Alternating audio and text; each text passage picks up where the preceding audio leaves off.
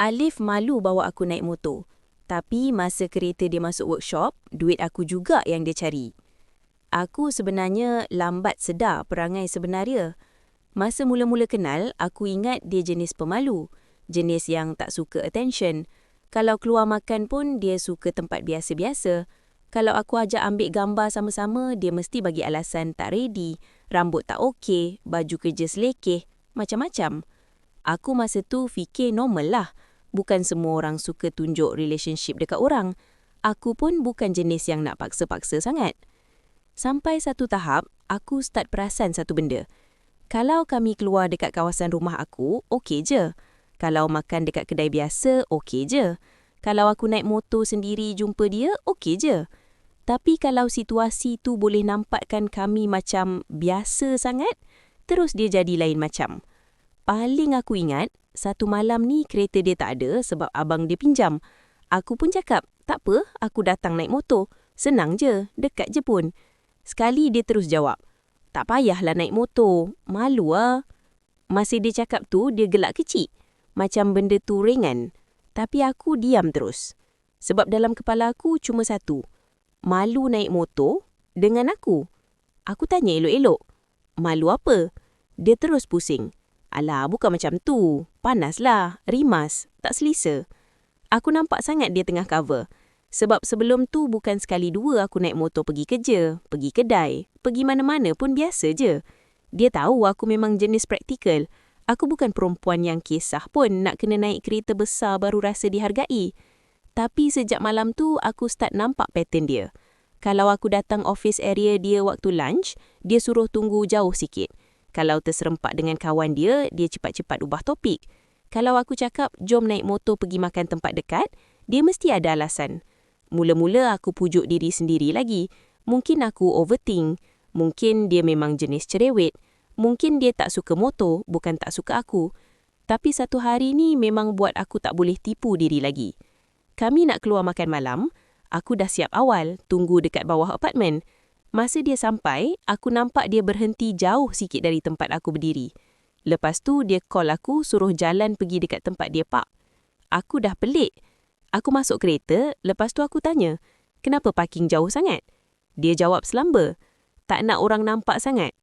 Sumpah masa tu, memang dada aku terus panas. Aku tanya, orang nampak apa? Dia senyap kejap. Lepas tu dia cakap, aku tak suka orang office tahu sangat hal peribadi aku. Ayat dia tu kalau dengar sekali lalu macam okey.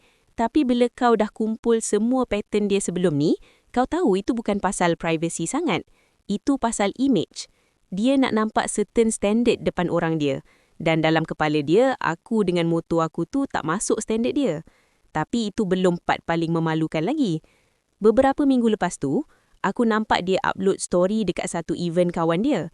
Smart, kemas, kereta cantik, tempat pun hotel. Aku tengok je lah, tak fikir sangat. Sampailah malam tu, dia call aku. Nada dia lain macam, lembut semacam. Dia cakap kereta dia masuk workshop tiba-tiba, gearbox problem, kos besar, duit dia sangkut sebab baru settle benda lain. Lepas tu dia cakap ayat yang memang buat aku rasa macam nak tepuk dahi. Boleh pinjam dulu tak? Nanti aku bayar laik. Aku diam. Bukan sebab aku tak pernah tolong dia. Sebelum ni kalau duit makan tak cukup, aku pernah cover. Kalau dia tengah sempit, aku pernah juga transfer sikit-sikit. Aku bukan kedekut. Kalau aku sayang orang, aku memang jenis tolong. Tapi malam tu rasa dia lain. Sebab orang yang malu nak nampak aku naik motor dengan dia, sekarang tak malu pula nak cari duit aku masa dia susah. Aku tanya dia terus, kenapa tak minta tolong kawan-kawan yang standard sangat tu? Terus dia diam. Aku tahu ayat tu kena. Lepas tu dia cuba gelak kecil. Alah, janganlah macam tu. Ini emergency. Aku cakap, naik motor dengan aku malu. Tapi pinjam duit aku tak malu. Sumpah, sunyi gila. Aku sambung lagi. Sebab masa tu aku rasa kalau aku tak cakap, aku akan telan benda ni lama-lama sampai makan diri. Aku cakap, aku tak kisah pun hidup sederhana. Aku tak kisah naik motor. Aku tak kisah kalau kau tak ada kereta besar, tak ada benda mewah. Semua tu aku tak kisah. Tapi aku kisah bila kau sendiri yang pandang benda-benda tu macam hina. Dia terus tak defensif. Kata aku salah faham, kata aku sensitif, kata aku ungkit benda kecil. Standard lah. Bila orang dah kantoi, semua benda dia akan cakap kita overreact. Tapi aku dah penat. Aku cakap satu je dekat dia. Benda ni bukan pasal motor. Benda ni pasal kau malu dengan benda yang datang sekali dengan aku. Lepas tu aku terus letak call. Malam tu dia spam call banyak kali. WhatsApp panjang-panjang. Kata dia penat, kata dia banyak masalah, kata dia tak maksudkan macam tu. Tapi aku rasa orang kalau betul hormat kita, dia takkan buat kita rasa macam kita ni okey untuk ditumpang tapi tak okey untuk ditunjuk. Itu beza dia. Esoknya dia datang rumah aku. Bawa muka kesian, konon nak explain properly. Tapi masa dia berdiri dekat luar pagar tu, aku tengok motor aku dekat porch, terus aku teringat balik ayat dia malam tu. Malu lah. Sumpah, terus hilang simpati aku. Aku keluar, tapi aku tak jemput dia masuk pun. Aku cakap terus, kalau kau rasa aku ni cukup rendah sampai naik motor pun memalukan, jangan datang cari aku bila hidup kau tengah sempit. Dia terus diam. Dan aku rasa itu sebab dia tahu benda itu betul. Jujur aku cakap, aku tak perlukan lelaki yang konon nampak matang, tapi dalam hati masih ukur nilai orang ikut imej. Aku lagi rela hidup sederhana dengan orang yang tak malu naik motor sama-sama, daripada dengan orang yang hanya datang bila dia perlukan sesuatu. Sejak hari itu, aku blok je lah dia terus. Bukan sebab duit, sebab maruah.